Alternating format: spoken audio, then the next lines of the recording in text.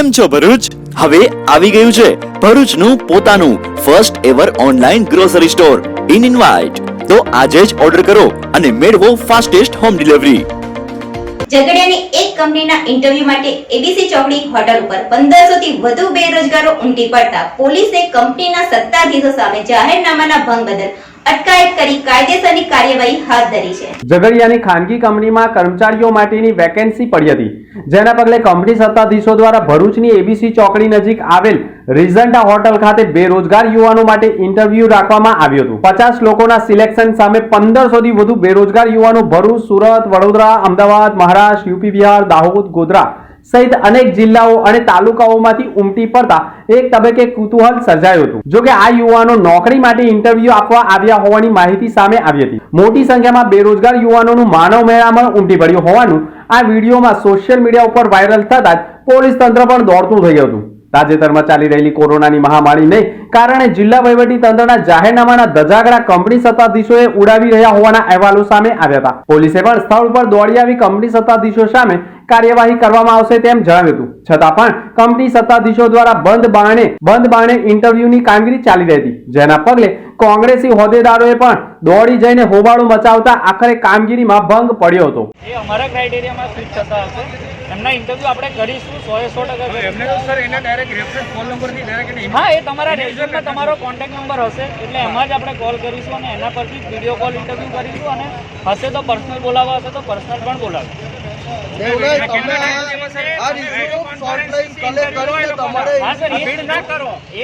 Video કોન્ફરન્સથી કરીશું આપણે ઇન્ટરવ્યુ અને તમારા શું કહેવાય પર્સનલ ઇન્ટરવ્યુ માટે પણ બોલાવવા જેવું લાગશે તો બોલાવીશું પણ એઝ પર 50-50. અને આજે જે તમે આ લોકોને એક મિનિટ ભાઈ, આજે જે તમે આ રીતે બોલાવ્યા પહેલા તો તમે એમની માફી માંગો. જે લોકો આજે હાજર આવ્યા છે આજે એમના ઘરેથી બોમ્બે તમે વળતર તો ચૂકવું નહીં, તમે માફી માંગો એમની પાસે. માફી જો પહેલા તમે બધાનું રિઝ્યુમ લો અને 50-100 જે બી વ્યવસ્થા કરવી એ બધા આ જેટલા એવા છે બધાનું તમારે ઇન્ટરવ્યુ લેવું પડશે, બધાને સાંભળવા પડશે. આ તમે જે અંદર 50 માણસને બેસાડીને જે કરી રહ્યા છો ને ગોરખ ધંધા બંધ કરી દેજો. આ બેકૂફ ના બનાવો અહીંયા બધાને બોલાવીને. તમે સમજતા નથી.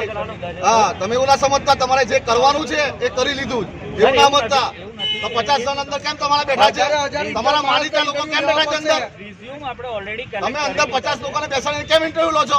આ લોકો કઈ જશે કલેક્ટ કર્યા તો પછી ઇન્ટરવ્યુ કેમ લેતા હતા અંદર? સર એ જે પહેલા તો ફર્સ્ટ લોટ આવી બસ તમે ફર્સ્ટ લોટ આવી ગયો તો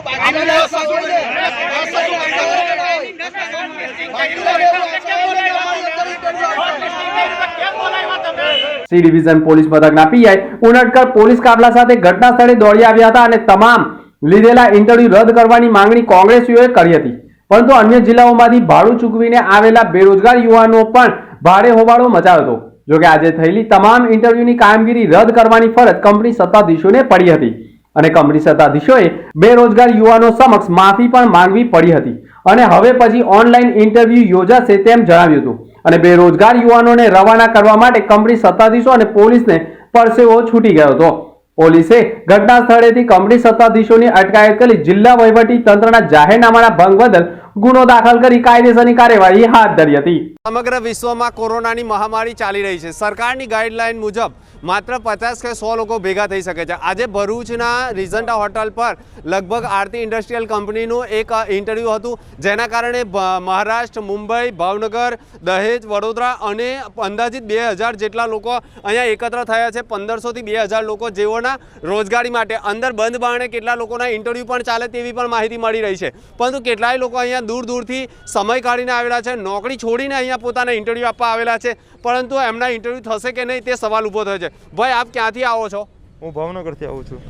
શું છે તમારો અહીં પ્રશ્ન શું છે? અહીંયા હું ઇન્ટરવ્યૂ દેવા જાય તો એડ આવી હતી ઇન્ટરનેટમાં કે ચાલો ભાઈ અહીંયા આરતી ઇન્ડસ્ટ્રીમાં વેકેન્સી છે ને એનું ઇન્ટરવ્યૂ છે. તો ઇન્ટરવ્યૂ દેવા માટે હું ત્યાંથી ભાવનગરથી મારી જોબની રજા મૂકીને આવ્યો, ત્યાંથી ભાડું બગાડીને આવ્યા. બરાબર, આખી રાત બસમાં હેરાન થઈને આવ્યા ને અહીંયા આવ્યું કે ખાલી અમારું રિઝ્યુમ કલેક્ટ કરી લીધું.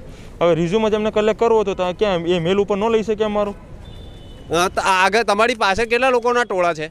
મારી પાછળ હશે લગભગ 1500-2000ની પબ્લિક છે અહીંયા. ખાસ વાત કરો અન્ય જગ્યાએથી ક્યાંથી આવો છો તમે? ભાવનગરથી. શેના માટે આવ્યા છો? ઇન્ટરવ્યુ દેવા માટે. થયું ઇન્ટરવ્યુ તમારું? ના ના. આટલી મોટી સંખ્યામાં લોકોના ટોળા છે, તમને નહીં લાગતો કોરોનાનો ભય? લાગે છે પણ શું કરીએ અત્યારે નોકરી માટે દોડાદોડી કરીએ છીએ સાહેબ. 1500 બેરોજગારો આજે ઉમટેલા છે. કંપની સત્તાધીશોની બેદરકારી કહી શકાય. હોટલની પણ અહીંયા બેદરકારી એટલા માટે કહેવાય કે સરકારના જાહેરનામાનો કાયદેસર ભંગ કરેલો છે. જાહેરનામા મુજબ કોઈ પણ જગ્યાએ લોકો ટોળા એકત્ર થઈ શકતા નથી. હોટલની પણ બેદરકારી અહીં કહી શકાય. ક્યાંથી આવો છો તમે? અમે વડોદરાથી આવીએ છીએ. તમારું ઇન્ટરવ્યૂ થયું? ના આટલી ઠંડીમાં મેં કોઈ બાઇક લઈને ત્યાંથી બરોડાથી સવારમાં મોર્નિંગમાં નીકળ્યા, પણ અમે આગળ આવીને જોયું તો આ લોકો ના પાડવા માંડ્યા કે તમારું ઇન્ટરવ્યૂ નહીં થાય, ખાલી રિઝ્યુમ આપી દો. રિઝ્યુમ જ લેવું હતું, તમારે ઓનલાઈન લઈ લેવું હતું ને. આટલી બધી પબ્લિક ભેગી કરવાની કંઈ જરૂર જ નથી તમારે ત્યાં આગળ. ખાસ વાત કરું તો બીજા ભાઈ પણ છે. ભાઈ તમે ક્યાંથી આવો છો? मैं मुंबई से आया हूँ अभी क्यों आए हो इधर? इंटरव्यू के लिए आया तो हुआ है इंटरव्यू आपका? नहीं अभी तक नहीं. कितना लोग हैं आपके पास? पीछे कितने लोग जमा हुए हैं? अभी रहेंगे 1000 एक रहेंगे. ખાસ વાત કરીએ તો આ સમગ્ર ઘટનામાં લોકોના ટોળા એકત્ર થયા છે.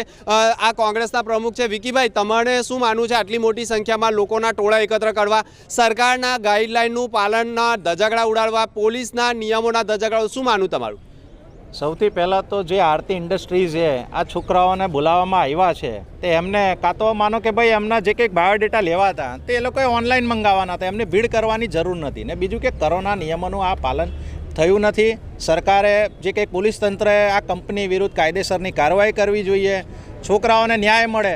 ને અમારી તો માંગ એવી છે કે બોમ્બેથી કોઈ ભાવનગરથી આ બધા આવ્યા છે એમને એમનું મહેનતાણું પણ મળવું જોઈએ, કારણ કે કંપની આ લોકો જોડે છેતરપિંડી કરી. આટલી બધી દૂરથી બોલાવીને ખાલી બાયોડેટા જો લેવા હોય તો કોઈનો આજે 500 રૂપિયા કે 1000 રૂપિયાનો ખર્ચો થયો, તો આજે 1500 થી 2000 લોકોને આ લોકોએ ભેગા કર્યા, તેમની વિરુદ્ધ ગુનો દાખલ થવો જોઈએ. આ અમારી માંગ છે. ખાસ વાત કરીએ તો જાહેરનામાના ભંગ બદલ જુલુભાઈ છે. જુલુભાઈ, વાત કરીએ તો અત્યારે એક સિક્યુરિટી એવું કીધું ધંધો નિકાલના પડેગા ઓર સબકો ભગાના પડેગા, શું માનવું છે તમારું?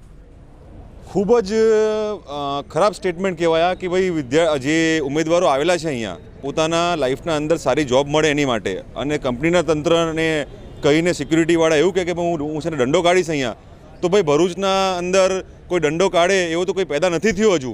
બિકોઝ અમે લોકો અહીંયા ઊભા છે અને આ ઉમેદવારો માટે જ ઊભા છે, અને કોઈ અમને હાથ તો શું લગાડે એમને છે ને એમને કંઈ કહેવાની પણ છે ને તાકાત નથી. બિકોઝ તમે બોલાવ્યા તો આ લોકો છે ને આવ્યા છે અહીંયા, તમારા આમંત્રણ પર અને તમારા ઇન્ટરવ્યૂના એડવર્ટાઇઝમેન્ટના ઉપર છે ને આવ્યા છે, આ લોકો જાતે નથી આવ્યા. કોઈ પણ છે ને ઉમેદવાર જોડે ખરાબ વર્તન થવું ના જોઈએ, અને એમનો જે પણ આજનું આવવાનું જવાનું ભાડું હોય જે પણ હોય એમને મળવું જોઈએ, અને કંપનીના ઉપર પોલીસ તંત્રએ અને પ્રશાસને કડકમાં કડક પગલાં છે ને લેવા જોઈએ, કેમ કે આ 1500 થી 2000 લોકોને પોતાની જિંદગીને જોખમમાં નાખવાનું કામ આ લોકોએ છે ને કર્યું છે આજે. ખાસ વાત કરીએ તો જાહેરનામાનો ભંગ કરેલો છે. ભરૂચમાં મોટી સંખ્યામાં જે રિઝન્ટા હોટલ છે, રિઝન્ટા હોટલની આપ બહાર જોઈ રહ્યા છો, મોટી સંખ્યામાં લોકોના ટોળા એકત્ર થયા છે, અને સમગ્ર મીડિયાના અહેવાલ બાદ આપ જોઈ રહ્યા છો પોલીસ પણ ઘટના સ્થળે આવી ગઈ છે. કંપની સત્તાધીશો સાથે ચર્ચા વિચારણા ચાલે છે, અને ખરેખર વાત કરીએ તો સરકારને એટલે જિલ્લા વહીવટી તંત્રના જાહેરનામાનો ભંગ કરેલો છે, 188નો ભંગ કરેલો છે. એટલે કંપની સત્તાધીશો સામે અને હોટલ સંચાલકો સામે પણ અહીંયા કાયદેસર ગુનો દાખલ થવો જોઈએ તેવી પણ માંગ લોકોની ઉઠી રહી છે. કેમ છો ભરૂચ? હવે આવી ગયું છે ભરૂચનું પોતાનું first ever online grocery store in invite. તો આજે જ ઓર્ડર કરો અને મેળવો ફાસ્ટેસ્ટ હોમ ડિલિવરી.